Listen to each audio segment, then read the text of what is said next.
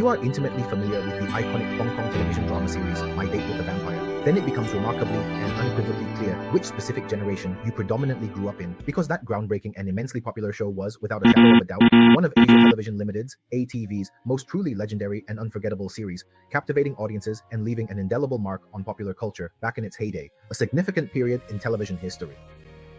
You know this show? Well, before we talk about Siu Ling from the Exorcist Dragon Clan, we have to make it clear that this series didn't just appear out of nowhere, nor is it a completely new IP. Its origins go back to 1998, when ATV aired My Date with a Vampire, and the original creator was Chan Sap Sam.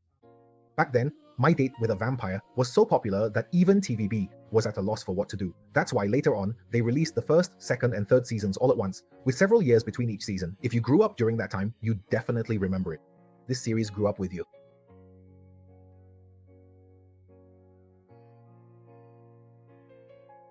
Actually, Sai, My Date with a Vampire was never really a typical TV drama to begin with. It had exorcism, vampires, love, fate, and even a kind of comic book vibe running through it. For example, the image of the long-legged queen, Monica Chan, was already very striking back then.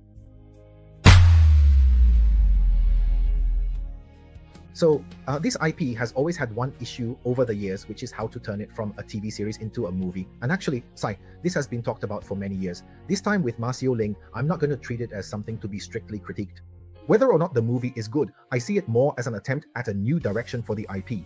First of all, they didn't use the original title, My Date with a Vampire, but instead went with Exorcist Dragon Clan Siu Ling. My own guess is that this approach is meant to develop it into something new. An online movie series, meaning this is just the first installment. The second and third parts can be gradually developed, with plot lines and foreshadowing slowly laid out. If they don't just stop after making the first one and cashing in, but actually continue the series, then this direction actually makes sense. I must apologize, but it is also undeniably clear that the issues at hand are quite apparent and readily noticeable. These challenges present themselves in a manner that leaves little room for doubt or misinterpretation, making their existence and impact strikingly evident to anyone observing the situation closely. The problems are not subtle. Rather, they manifest with such clarity that their presence is almost impossible to overlook or dismiss, demanding immediate attention and consideration due to their undeniable nature. As for character development, personally, I feel it's not deep enough. For example, Bosco's character doesn't feel weathered enough. The whole movie focuses on Siu Ling as the main character, so most of the setup revolves around her, but the supporting storylines feel more like background elements than actual character growth. Also, regarding the visuals, I think they look too AI generated. Anyone familiar with AI could create such scenes, and in a few particular scenes, the faces of Louis Leung Wai and Bosco really look a bit like they've been altered by AI.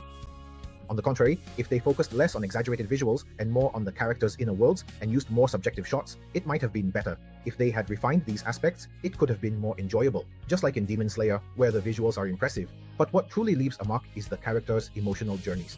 And I think this aspect is relatively weak this time.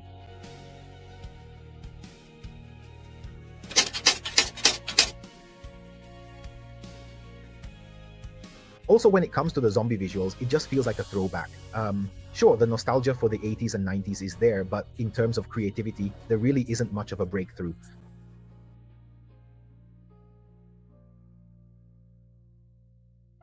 Lastly, what disappointed me the most was the character played by Ray Louis, named Long Yifu. In the original series, it was Sanben Yifu, but why he turned bad and what happened in between is really not explained clearly at all. Likewise, the character everyone was most looking forward to, Siu Ling, only appears in a single scene at the end. It seems to hint that she turned into a zombie, but there are no lines at all. There's no complete image and nothing really develops. That one scene could have been really shocking, but in the end they only showed her eyes, her zombie eyes, which is a bit of a pity. But the whole movie should actually be about another parallel universe version of My Date with a Vampire. That's all for today. If you enjoyed it, please like, subscribe, and hit the notification bell.